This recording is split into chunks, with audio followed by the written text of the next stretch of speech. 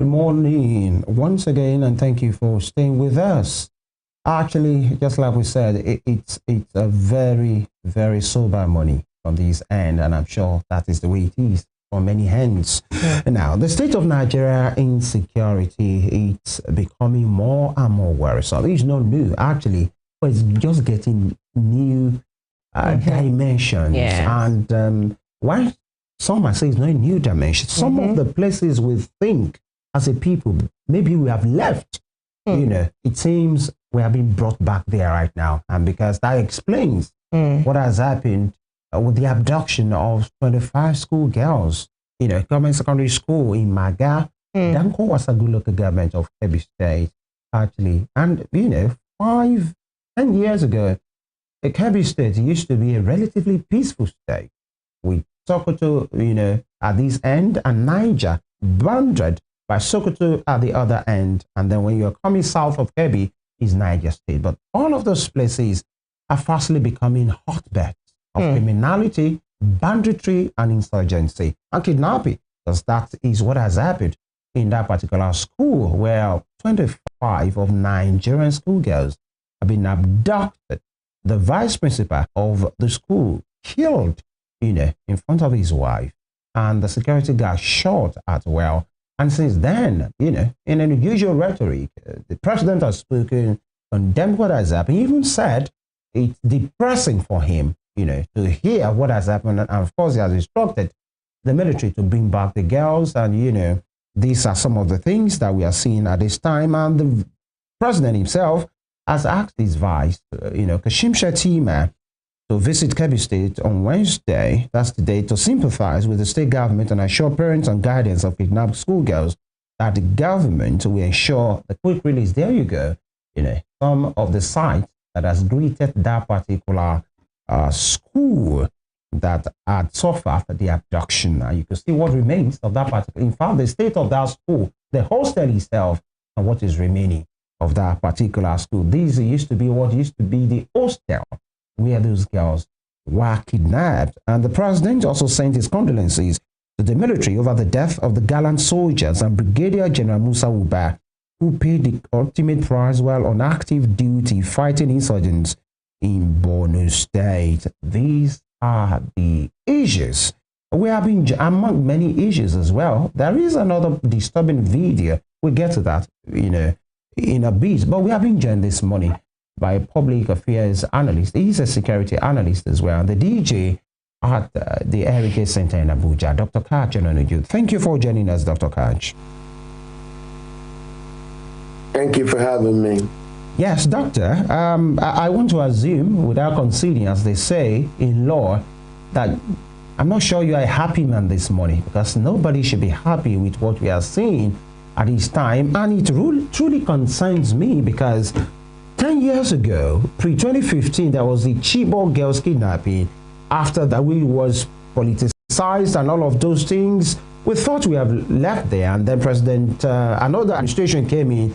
Then there was the Dapchi schoolgirls abduction, the Kankara boys abduction, the Baptiste boys abduction in Kaduna State. Even this same Kebbi, you know, I've suffered, you know, students abduction before. But then, when we say, doctor, that maybe we have left that part, it seems we are being brought back there right now. What is this dimension that we are witnessing at this time, doctor? Well, it's nothing new, as you rightly pointed out. These are new strategies being employed now in our politics.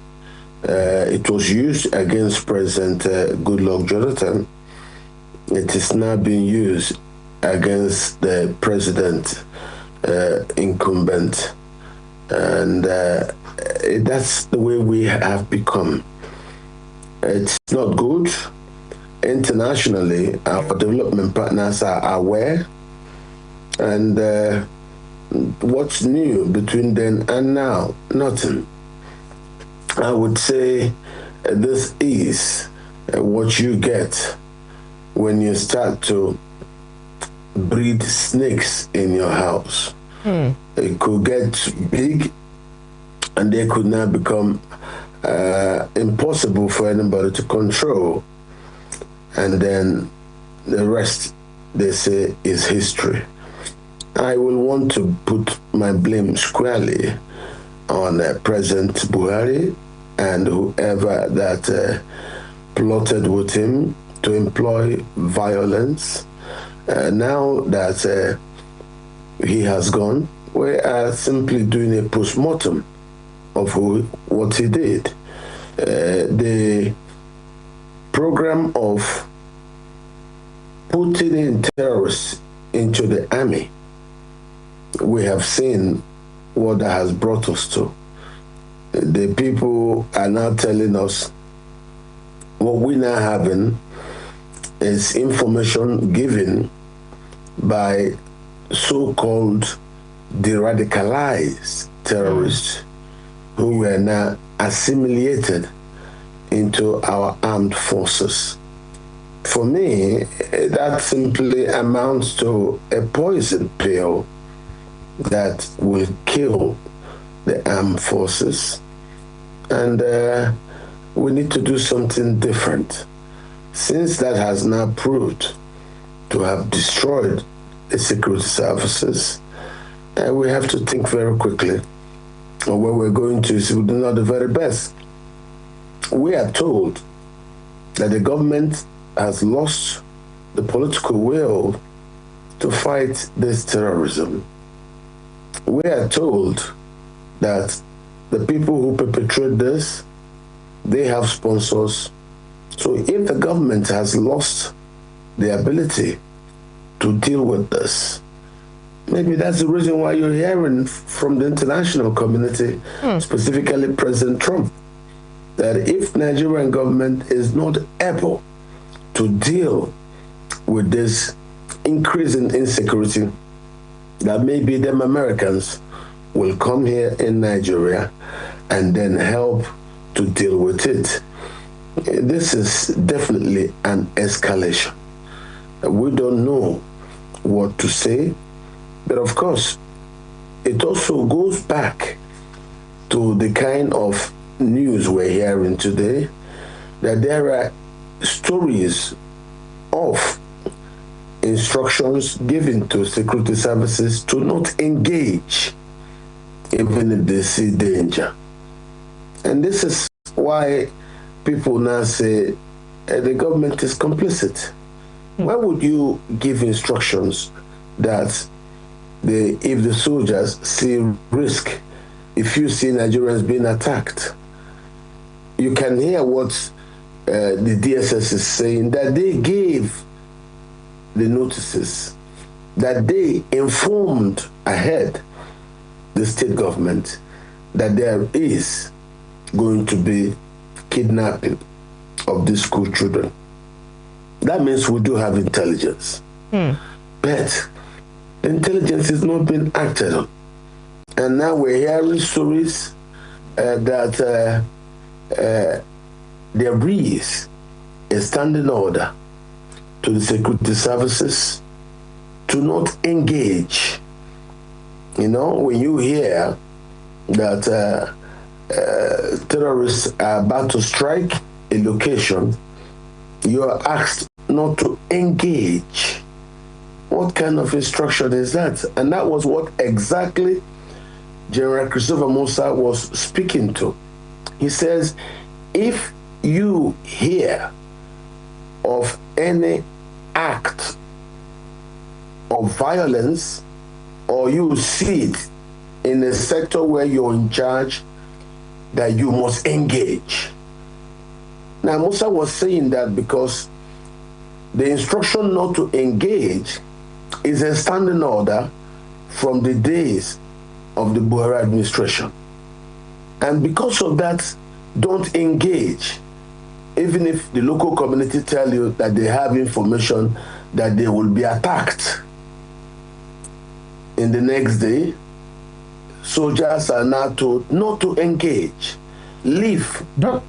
Katch, this permits me, there is now all of those things that came, you know, as you have said, from the days of Buhari. Those days are over. Now, there is a new sheriff in town. By the way, it's not new again. President Bola Ahmed Tinubu, more than 50% of this mandate that he has been used. And he has rejigged the security architecture twice. The latest is this crop of service chiefs that we have now, like that was just sworn in by like 2 weeks ago. And he told them clearly, openly, any emerging threat, please smash the snake by the head. These were his words. And he has told them, go ahead. Now, do we still blame whatever has happened under Buhari for what is happening now? Why the new chief, the commander-in-chief, that's President Bola Tinubu, has given direct order to the new guys, every emerging snake, smash them by the head, let Nigeria be safe. Nigeria, we cannot take any excuse. No more excuse. Those were his exact words. So which kind of order are you referring to that talked about not engaging when we are supposed to engage in this new dispensation? You are the one being deceived by rhetorics. These rhetorics don't move. They don't move me. It's one thing for politicians to blow rhetorics. I want to see the action interpreted on the field. I don't want rhetorics. I want to see the field. We know where these people are. You heard what the DSS said now, that they passed the information beforehand in regards to the news and intelligence of this kidnap. And what happened? Nothing happened. That was why this kidnap was successful. So what I'm trying to tell you is, yes, the president is saying that he's now giving new set of rules, that the old rules of don't engage, it should be cancelled, and for a new rule of engage. Well, what do we say? The DSS said now they gave information that there is going to be this kidnapping. So are you not telling me that the president is saying that that rule of don't engage has been changed to smash? What if those rhetorics are the rhetorics that are given? What about the politicians who are still harboring these terrorists, who are also protecting these terrorists? Have those politicians changed? So you could say in this issue that the president is standing alone. Let us see those instructions you're talking about that have been reversed. All right, Dr. Katch, I allow you, there are some images and, sites from Maga in Danko, Wasagu local government. We allow you and our, viewers to have, a shot of the situation and what the governor of Kebbi said.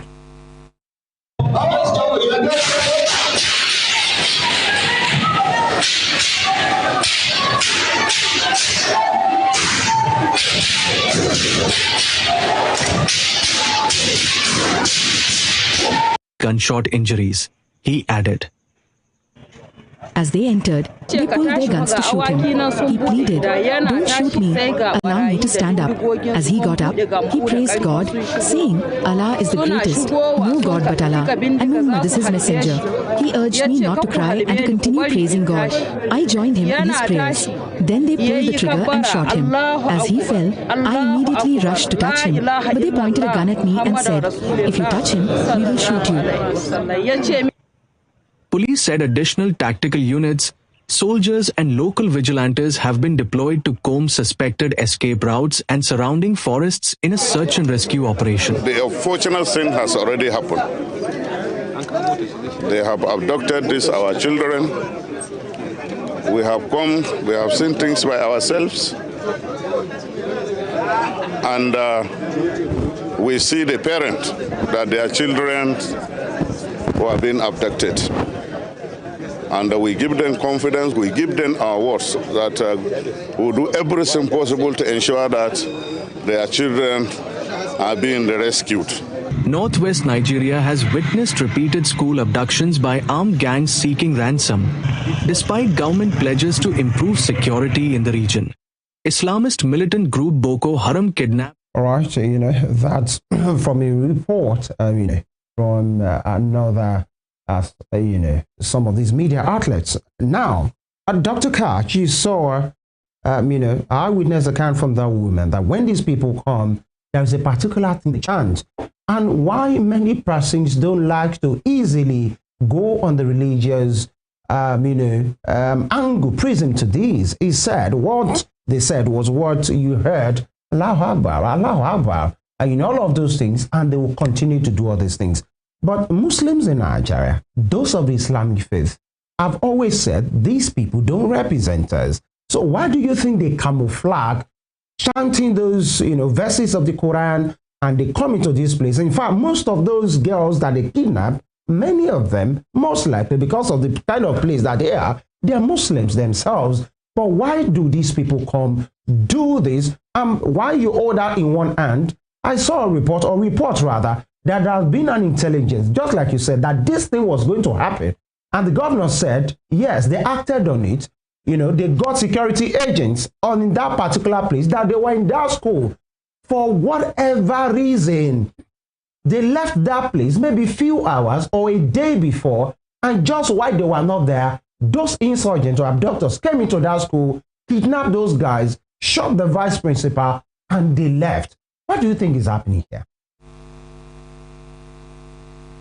There are insider cooperation from the politicians. Don't listen to the rhetorics they give. The politicians from top to bottom are complicit in this. Now, President Tinubu has new marching orders from President Trump. What you will ask yourself is, if President Tinubu has decided to act in a different manner, has the leaders on the ground in the areas of this problem, have they changed? It could be just Tinubu is the one who has changed in saying, no, we must deal with this. Now you heard the governor also admit, yes, there was intelligence that this was going to happen. So why the loophole? If there was intelligence that this will happen, what is going on? Could this just be a way for the people who are involved in this jihad? Don't forget, don't get it wrong. This is an Islamic jihad. That's what Nigeria is suffering. It is a jihad. Never mind the rhetorics that politicians paint. This jihad is being promoted by politicians, and it is being used as a strategy to Islamize the country. At the end of the Civil War, I repeat, Nigeria was adjudged to be 35% Muslims. A cascade of coups, one from Buhari, two from Babangida, and then from Abacha, were all used to write decrees.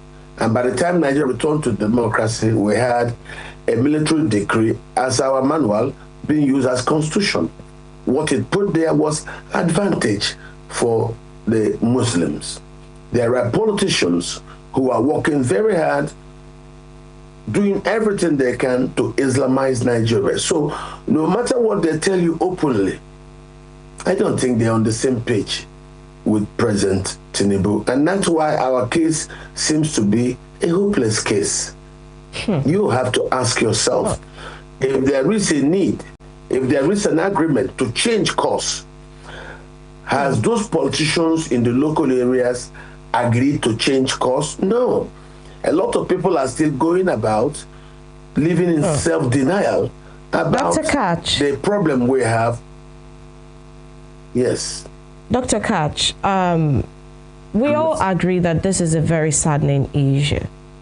As a father yourself, does it bother you that the morning after such a very terrible incident, abductions, killings, especially of even an army general, does it bother you that the president has sent the vice president to Kebbi.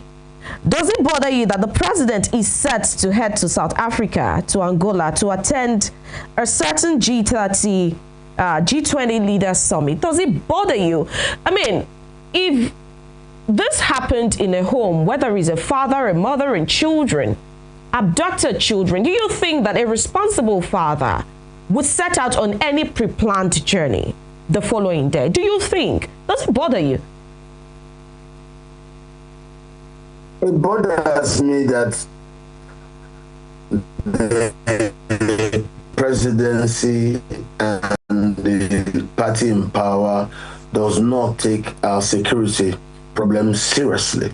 As you rightly commented now, after these problems, the killings, the next day, President sent the Vice President to go and welcome the campaigns to his political party. So they really don't care and see this as anything serious. Correspond to the expected actions we think that leaders who are governing a country this challenge should take. And that's why I say that we're not yet serious. So if you ask me as a father, how do I feel? I will tell you I am disappointed in the leadership of our country. They are not doing anything to show that they are up and willing to solve this crisis. Rhetorics would not help. Living in denial would not help. I don't really think I can advise anybody to be hopeful, because how can this happen? And instead of staying home to take charge of this crisis, the people are traveling to junkets in places that are not related at all to the national crisis and emergency that we have. A general killed and nothing happens. There is no outrage. A general killed, and the next day the vice president is sent off to go and welcome politicians who are camping from one party to the other. I think not even sent. Yeah, you know, to put the information there, Dr. Katch, the vice president, if you can hear me, the vice president has been sent by the president to go to Kebbi State, and he said to leave today. Now, the issue of the governor of Taraba, who is said to decamp today, the governor of Taraba himself has postponed that thing because of this abduction. So I think the question my colleague Tope was asking is it enough for the president, right, to second, you know, his responsibility to his vice to go to Kebbi and see to the situation of things, why he goes to, you know, meetings in South Africa for G30 summit and AU summit?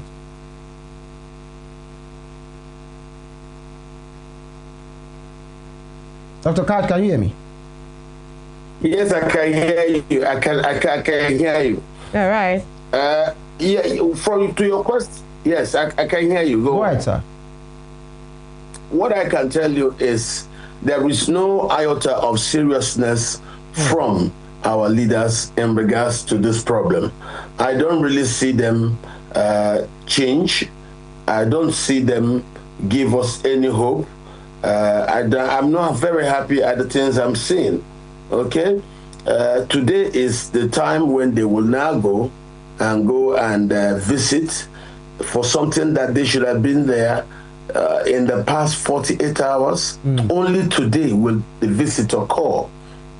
Why didn't the visit occur immediately, 24 hours after this crisis? So for me, I don't see our leaders attaching any seriousness to the urgency of now, and that disappoints me. All right, Dr. Katch, you've talked about the fact that our military, or the police, got intelligence about the operations and all. But now we're talking about a repeated pattern that these perpetrators follow: abductions of schoolgirls, abduction of school students. we also see in one of the videos another attack on the church. These are the same patterns over the years. I mean, I don't think I've seen where, you know, they were praying in other places that this bandits or this terrorists or this fellows where they just go in to get people. But so there is a pattern. How do you think that our military have not stepped up their game to at least apprehend these people in these patterns? We have churches now, we have schools. Security have not been beefed up in schools, especially in the north. Now, a VP, a vice principal has been killed as well, you know, in all of this. So how do we move on from here? What do you say to this? A pattern, and there is no pattern from our military to protect these people. That's first, if the president wants anybody to take him seriously, start by acting on the list of terrorism sponsors that have been submitted to the government. We have not seen any public actions towards apprehending the terrorism sponsors and also those who protect them. Most of them are in politics. Most of them are currently in positions of authority. It's not like we don't know who these people are. We know them. So no matter what you talk about, these politicians and the terrorists, as far as their godfathers and sponsors are still in political positions, I don't see any hope of things changing very quickly. No. Instead of things changing vis-a-vis the speech from President Trump a fortnight ago, what do we have? Total escalation. That tells you our security services are probably not up and doing. We're talking about different new locations. What about the locations that we know? What is going on in Katsina, where the government allows these people to still keep their weapons and still stay in their camps? I want to see that those people who are allowed to come to meetings with their submachine guns and their grenade launchers, I want to see government confiscate those weapons. I want to hear that government have stopped paying money to these terrorists in what they call non-kinetic political settlements. Listen, we know how this started, and politicians think investing in terrorism, it's something that pays them. So whatever it is that made them in the local areas to invest in terrorism and use this terrorism to try to advance their cause of Islamizing Nigeria, that's why you're seeing the churches being attacked. All right, Dr. We Katch, thought it would stop. But what did we see? A continuation. Yeah. Yes. Talking about your church attack, you know, it's a public knowledge right now that a Christ Apostolic Church in Eruku in Kwara State was attacked, and it was captured on a live video because it was during a service. We allow you and you know, people watching us. By the way, let's inform you, you know, these are troubling scenes with heavy gunshots. Let's have a look.